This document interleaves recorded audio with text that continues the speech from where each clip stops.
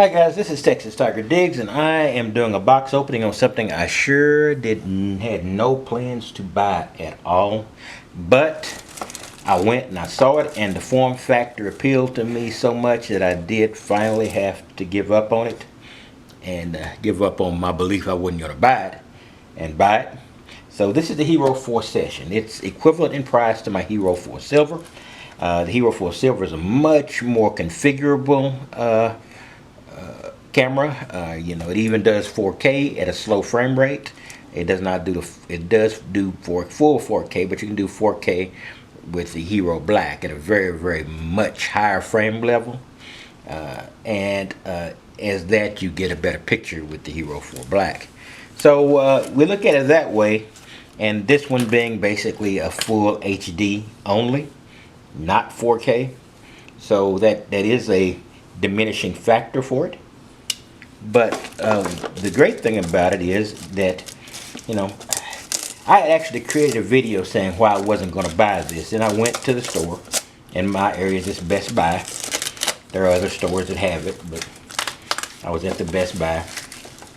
And it's got a combination of being a nice place to go and also having prices that are aligned with everybody else. There's not a lot of variation in GoPro prices, because it's very stabilized by the manufacturer. The only time you're going to get a deal is if you get a used one. And so I really like this, and what I did was I took a look at the size versus the Hero 4. It's about half the size face-wise, a little bit thicker. And it's a very simple camera, basically one button, one click operation.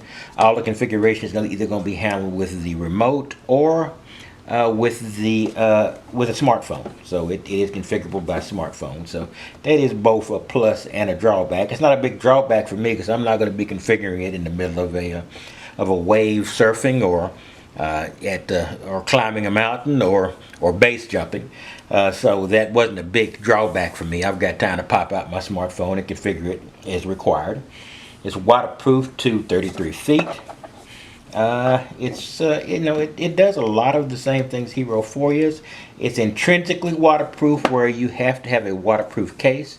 And if you notice, in my Hero 4, I actually bored a hole in my case over the speaker to make it a little bit more usable, since I'm not doing any heavy water detecting. And if I need be, I could slap a little Gorilla Tape over there and then have it probably at 70% of the water protection. And the only water protection I really care about is protecting from rain. That would not work if I'm going to do any diving, if I'm going to do any swimming, anything along those lines. So let's see if I can get into this. It's been a while since I got into a Hero case. I've got another Hero camera, and I am selling some things. People wonder how I buy some of these things. Quite a bit of the things in my little menagerie of equipment do rotate in and out. And I'm definitely got some old stuff that I haven't used in a while, some old camera equipment that's just been gathering dust. So I am getting rid of that so I can add a new piece or two, and this is one of those pieces. So take it out the back, and we have some of the extras here. The classic GoPro mount, a charging cable, and this is of course the screw-ons to hold them in, and a couple of different mounts and a couple of different slide-ons, and would stick them on the back for various functions. I never use those. And this is a little snap-on case. Alright, so now let's see if we can just get this off and go on to the next part, which is extracting the GoPro from its little case here.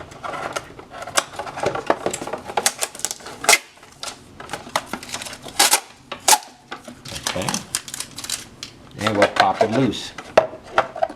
Get rid of our little case covering here. That's an instruction book, which I will be reading because I will be configuring with the smartphone, so I gotta have some basic understanding, so I won't be able to fly by the seat of my pants like I normally do. since it is not an all-in-one inclusive type of system. You're gonna need little add-ons here and there. Let me see if I can get this out. There we go. There we go. And let me throw the boxes on the floor where most of my boxes end up as well, waiting for trash day. And you've got a couple of different cases. Got one that's already, a couple of different snap-ons. Got one that's already on there, and you just basically can pull this component out, and that is the camera. The camera is a small little thing here, and so that's the size of the camera. So now you see the difference. It's about the same size as the sensor piece is for the Hero 4 silver and black, which I think have approximately the same form factor. So you know, it's pretty cool. Now I've got a top mount, and I believe this is a different kind of mount. So you just sort of sit it on front. So you've got a couple of different layouts you can have for this. All right. Let me put it into its. Yeah, I'll put it into its original case because I'll be mostly using it in the standard way. So let me slide it forward and snap it back in. All right, I'm a little bit better at this because I did watch some reviews of it, and the reviews are sort of half. I think if you are really concentrating on picture quality, probably the Hero 4 Silver or Hero 4 Black would probably be your choice. But if picture quality is important, but not a deal breaker, I think this is a pretty good deal. And the quality is not that much difference, maybe 0.3 or 0.2% off from the original Hero 4. You can watch the reviews and check that. So what I'm going to do is I'm going to get this and I'm going to learn it. I'm going to grab my phone and see what I need to do to use my my Android to configure it. And we're going to get it out in the field, maybe even tomorrow, and see exactly how it works. And you know, it's just a new addition, and I'm getting rid of old stuff to make way for new stuff.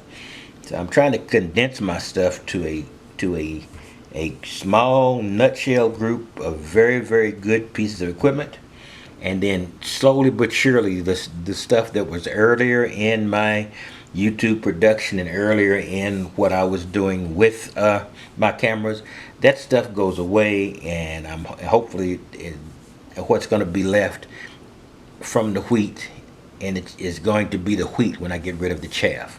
So we're getting there. In any case, this is Texas Tiger Digs, and that's my box opening. I'll be back with some more, with a review of it probably, and some more video very shortly. And we'll see how it works out in the field. And that gets me I have alternatives to mount this. I could even take my Hero 4 Silver and mount this on my detector. So that's a new way of doing it. And I've got some extension mounts I could potentially mount it on my detector and just be able to lay my detector down while I'm working, and then point a camera over and be able to do it. So there's a whole lot of new ideas that a small camera like this, even though it's not that much smaller than Hero 4, might be useful for me in the future. In any case, I will see you all tomorrow, and well, tomorrow or whenever you see me next time. I turn out a lot of videos, so it'll probably be tomorrow. And you guys have a wonderful day.